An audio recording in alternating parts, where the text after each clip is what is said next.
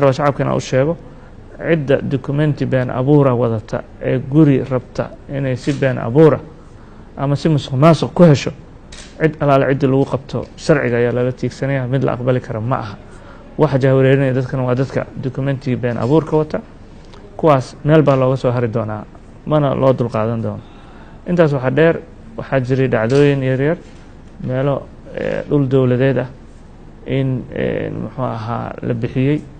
ayagana tallaabooyin ayaan ka qaadnay oo ay ka mid ahayd tii ceelgaabta midii kaleo maanta iyadana aan tallaabo ka qaadnay dekedda horteeda dhulka isagana lagu dhisanayay iyadana waxaan kaloo fariin u diraynaa shacabka wadajir iyo dharkinley oo jidcaddihii jidka dhexdiisii guri ka dhisanaya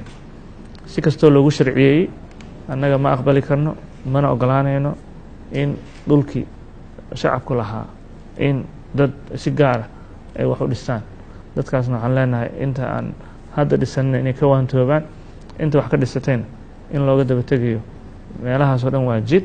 jid unbay ahaanayaan marka ciddii guri rabta iyo nidaamkii sifihii loo mari lahaa si sharci in wax lagu raadiyo